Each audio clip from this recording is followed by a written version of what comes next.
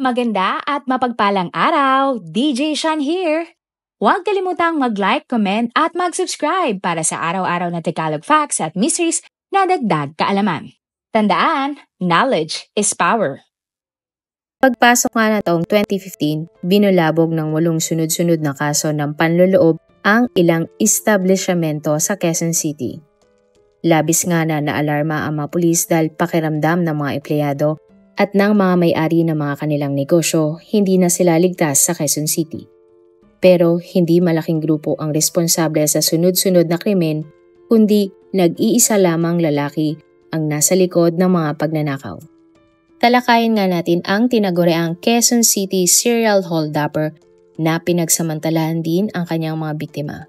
Ang kilabat nga na suspect ay nag-iiwan pa ng tila masamang alaala sa kanyang mga biktima at sinasabihan pa niya ang kanyang mga biktimang mga babae na, "Akin ka."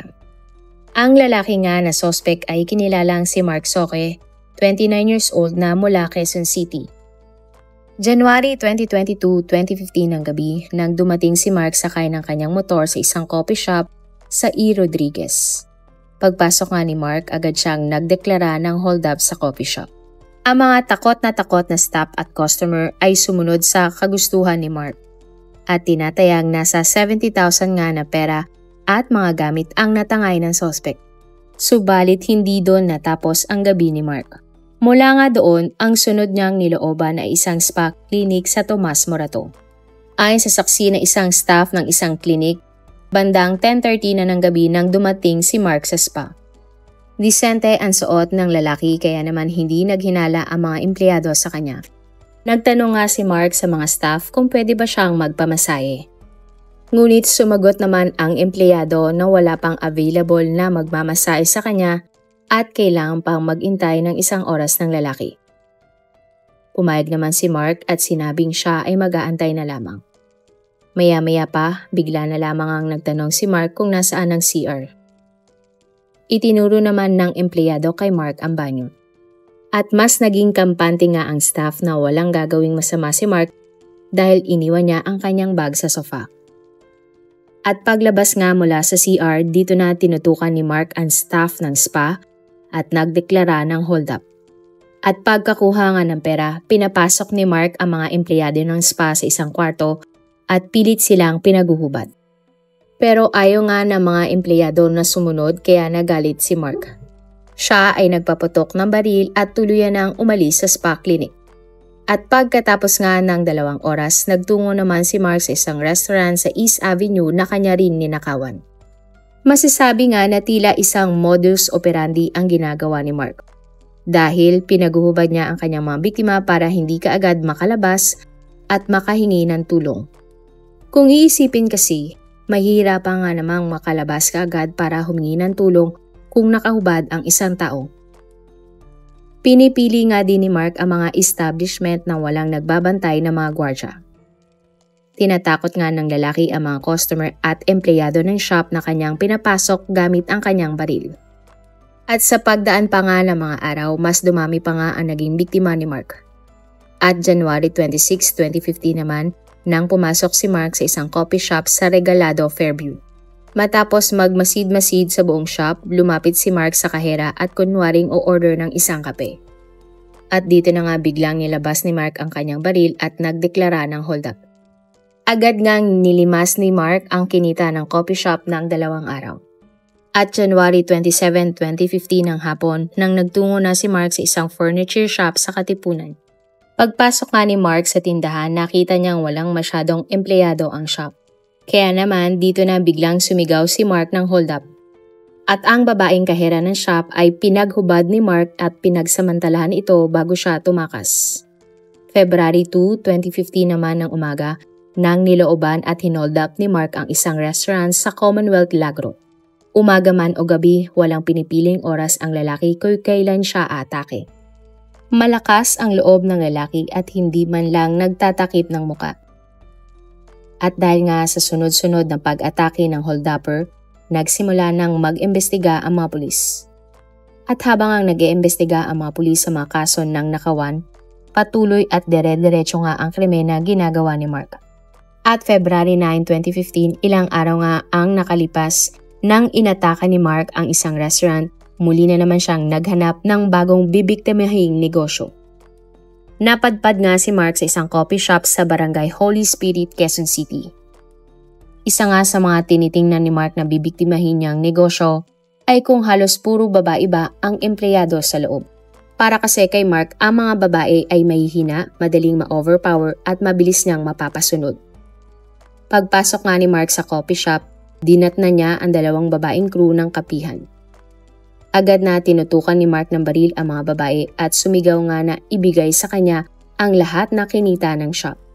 Pwersahan ding kinuha ni Mark ang kwintas ng isa sa mga crew. Habang ang isang babae naman ay takot na inilabas ang lahat ng pera mula sa kaha. Pagkatapos, pinapasok ni Mark ang dalawang crew sa loob ng isang kwarto. Pinaghubad ng lalaki ang dalawang babae at iginapos. Sagad na nga talaga ang kasamaan ni Mark dahil nagawa pa niyang pagsamantalahan ang dalawang babaeng mga crew. Matapos iyon, sinabi nga ni Mark sa kanyang mga biktima, ang mga katagang, akin na kayo. At tumawa pa nga ang suspect matapos niyang sabihin iyon. Makalipas nga ang ilang sandali nang lumabas si Mark sa kwarto. Nakita ng lalaki ang isang baso ng kape na nasa loob ng ref at inilabas ito. Nakaupo nga si Mark sa isa sa mga lamesa sa coffee shop at relax na umiinom ng iced coffee. Hindi nagtagal, isang babae naman ang pumasok sa loob ng coffee shop. Ang babae nga na ito ay kinilalang si Mi-kyu Park na isang Korean national. Hindi naman pinansin ni Mi-kyung si Mark at naglakad diretso sa counter ng kapihan habang may kausap sa kanyang cellphone. Maya-maya pa, nilapitan na ni Mark si Mi-kyung at hinihingi ang cellphone ng babae. Sinubukan naman ni Mi-kyung na magsalita ng Ingles para tanungin si Mark kung bakit gustong hingi ng lalaki ang kanyang cellphone. Tila nga hindi maintindihan at gulong-gulo si Mi-kyung ng mga oras na iyon. Walang ka-idea nga ang Koreana na siya pala ay hinahold up na ni Mark. At nanindigan naman si Mi-kyung na ayaw niyang ibigay ang kanyang cellphone sa lalaki. Habang nagtatalo ang dalawa, isang estudyanteng lalaki ang pumasok sa coffee shop. Ay nga sa salaysay ng estudyante, o-order sana siya ng kape pero walang staff sa counter o kahit sang parte ng coffee shop. Pero nabali nga ang atensyon ng estudyante kay Mark at Mi-kyung na nag-aaway tungkol sa cellphone. At nagulat nga ang lahat nang bigla na lamang naglabas ng baril si Mark. Sunod ay inutusan ni Mark ang estudyante na kausapin niya si Mi-kyung para ibigay ang cellphone nito sa kanya. Agad namang sumunod ang estudyante kay Mark. Sinubukan nga ng estudyante na ibigay ng Koreana ang cellphone nito sa suspect pero ayaw talagang ibigay ng dalaga ang kanyang cellphone.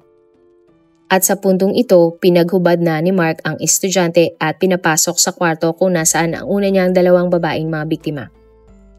Samantala, sa counter ng coffee shop, nagpatuloy ang pagtatalo ni Mark at Mi-kyung. Pilit nga na inagaw ni Mark ang cellphone mula sa Koreana pero ayaw talaga itong ibigay ni Mi-kyung. At sa punto na ito, tila nagdilim na ang paningin ni Mark sa Koreana at bigla na lamang niyang binaril ang babae. Matapos nga iyon, mabilis na ang tumakas si Mark mula sa crime scene. Takot namang lumabas ang dalawang staff at estudyante mula sa kwarto. Ang mga tao naman sa paligid ng coffee shop ay agad na tumawag ng mga pulis. At pagdating nga ng mga pulis sa lugar, kasama na nila ang Soko team. Idineklara nga ang Koreana na si Mi-kyung na agad na binawian ng buhay.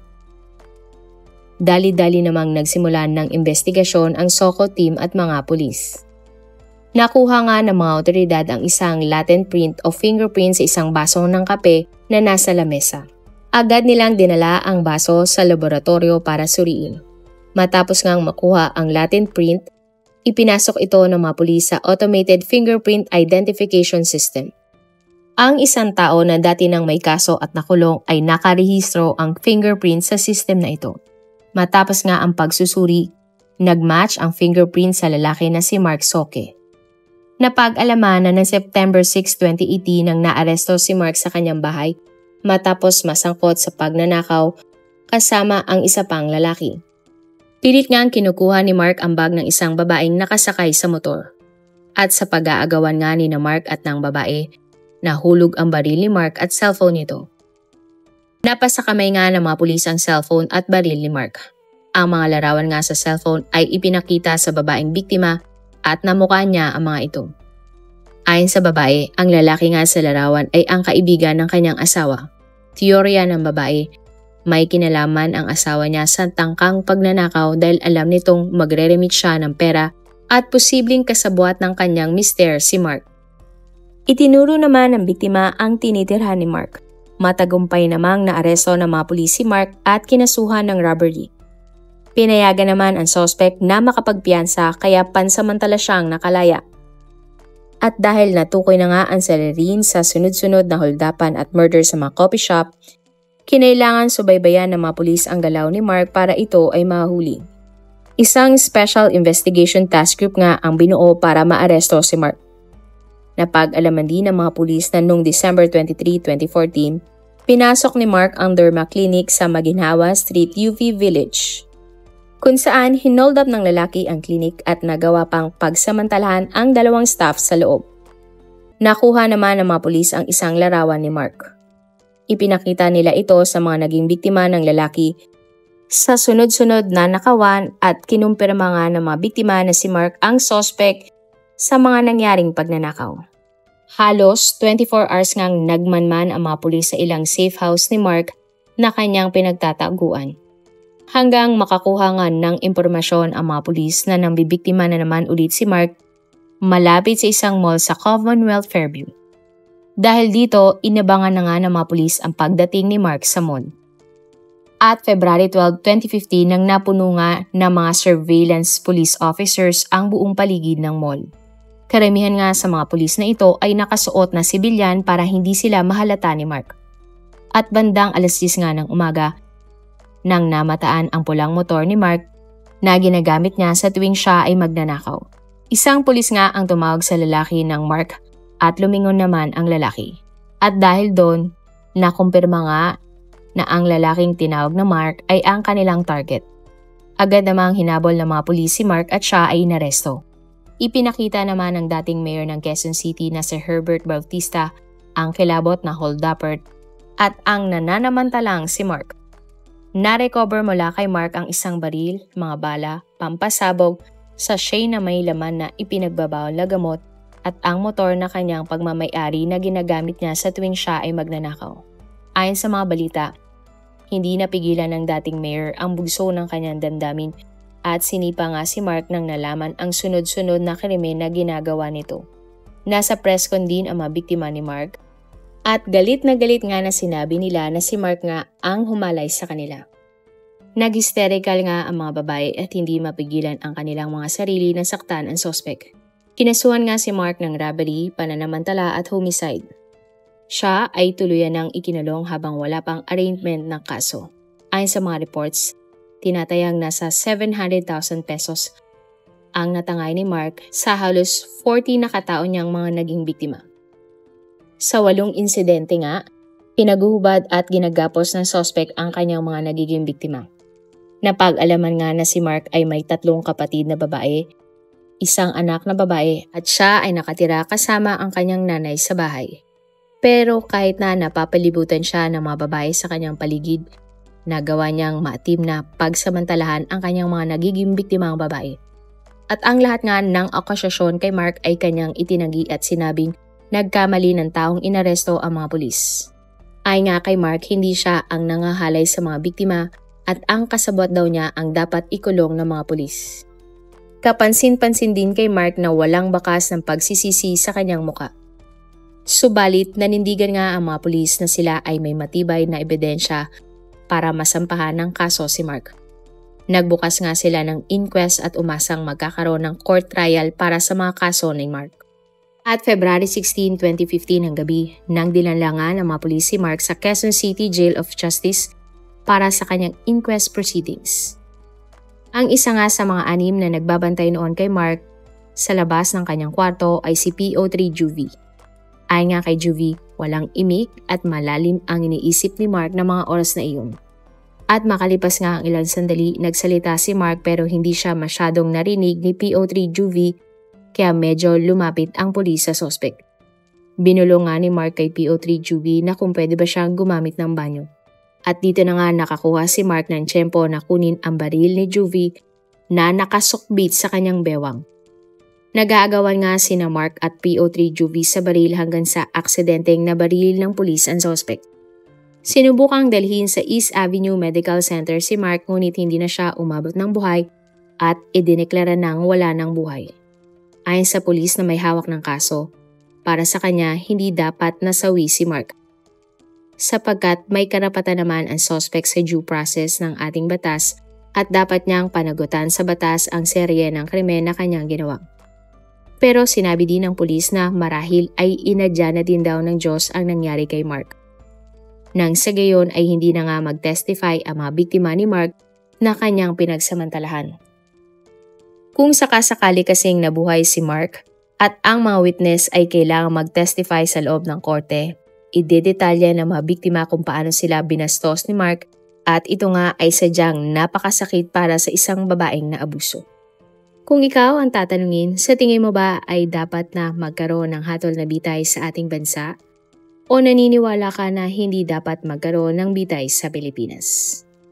Kung mabibigyan naman tayo ng pagkakataon na magkaroon nga ng batas na bitay, ano-anong mga kaso ang gusto mong maisama sa parusang death penalty? At yan nga ang ating kwento ngayong araw. Kung may natutunan ka o nagustuhan mo ang ating kwento, huwag kalimutang mag-like, comment at mag-subscribe. I-share mo na rin to sa iyong kapamilya o mga kaibigang mahilig din sa facts, crimes at mysteries. Hanggang sa muli, lagi nating tatandaan sa bawat kaalaman may kapangyarihan. This is DJ Sean.